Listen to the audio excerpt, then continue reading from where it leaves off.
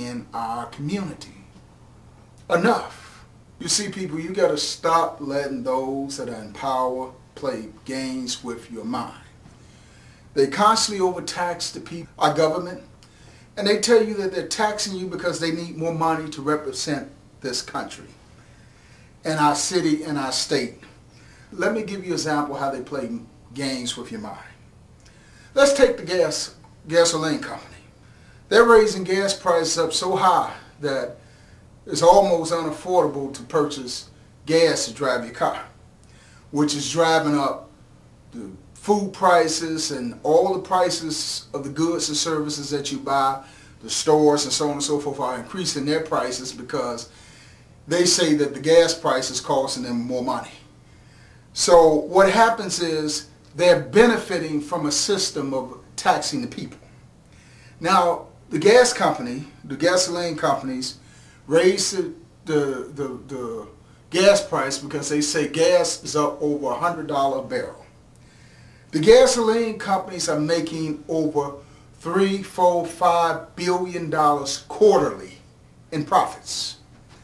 Now, I've never known a business to raise their prices because it's costing them more money to get the product. Usually they raise prices to keep offsetting a loss. Usually a business raises prices to keep from offsetting a loss. Usually a business raises prices to offset losses. When you raise the gasoline prices on the people and you're making billions of dollars in profits quarterly, that's a game they playing. That's just the rich getting more richer. And you know, for every penny that the gas pump price shows, the gasoline company makes $1 billion for every penny. You know that. So when they say that they raising the prices to keep from losing money, how are you making quarterly profits of billions? And see, the news media don't tell you this because they play games with your mind. I'm the coach, Mayden, and I'm deeply concerned about the social and economic conditions of our community and the lack of representation for the common everyday people by our so-called leaders. So if you're enjoying this show today, I want you to call me right now on my 800 number at 888-833-7688. I want to hear your views, your opinions, and your concerns. And those of you that's out there watching us in TV land, if you have a community affair, a community event that you're hosting, that you would like the coach to attend, you would like the coach to speak at, and or you would like to bring our camera crew out to videotape your community fair, your community event, you call me, the coach, Michael E. Mayden, right now. Because we want the entire Chicagoland area and the entire world to know what's going on in your community. So you call me right now so we can book a date and time to come out and tape your community fair, your community event, and or if you want the coach to speak at an event that you're hosting, you call me. You call me before my schedule gets booked up with all these upcoming graduations. And in addition to that, did you not know that we give tax breaks? Did you not know that we give tax breaks to the gasoline company? In addition to the billions in profits they make, they get tax breaks from our government. And this is the same thing with these businesses and corporations that do business in the city of Chicago, the county of Cook, the state of Illinois. While they're raising taxes on you for additional funding for CTA, for Master Ritchie to bail out the city from its deficit, for the county, did you not know that in the meanwhile, there are businesses and corporations that are getting millions combined upon billions of dollars in tax breaks off of your tax dollars? And you're paying higher taxes to fund these businesses? That's really what you call a corporate welfare. We like to think of welfare as poor people taking advantage of a system.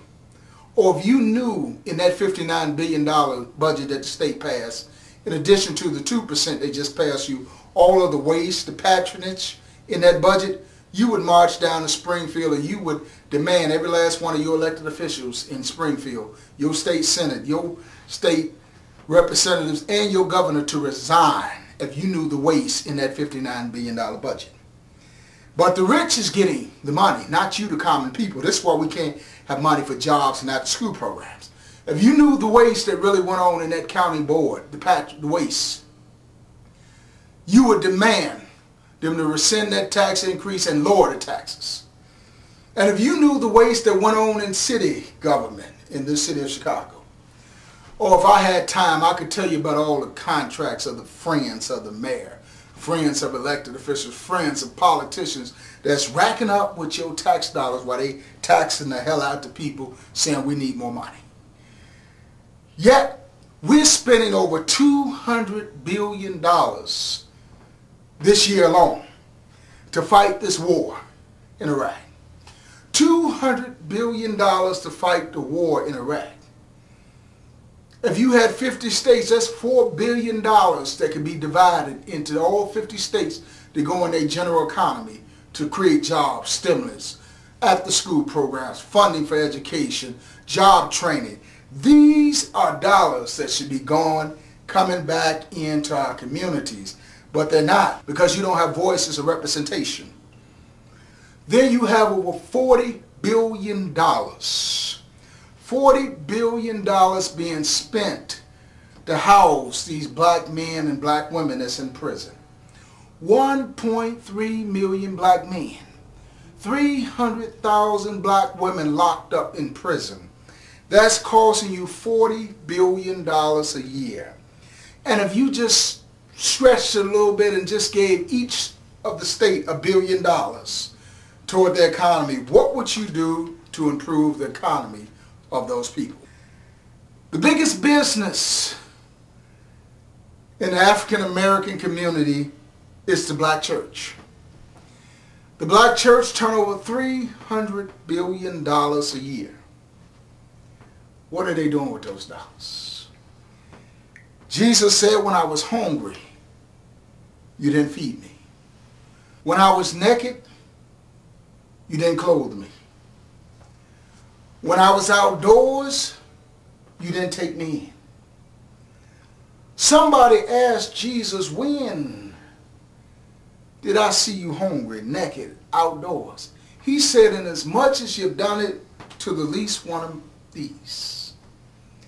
While you're riding around in that big Cadillac with that million dollar salary and chauffeur-driven cars and private planes flying you all over the place.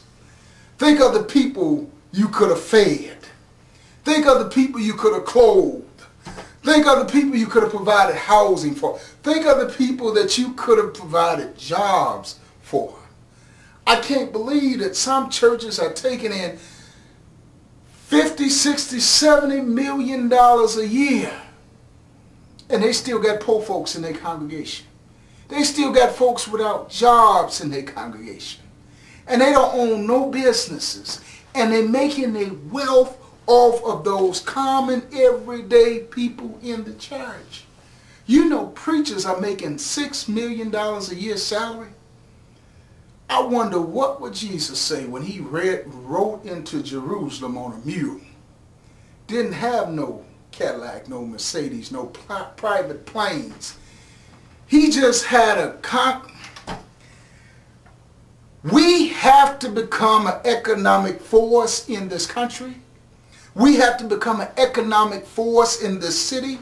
We have to become an economic force in this state. And we need leadership that's going to change the direction of the way our community is going.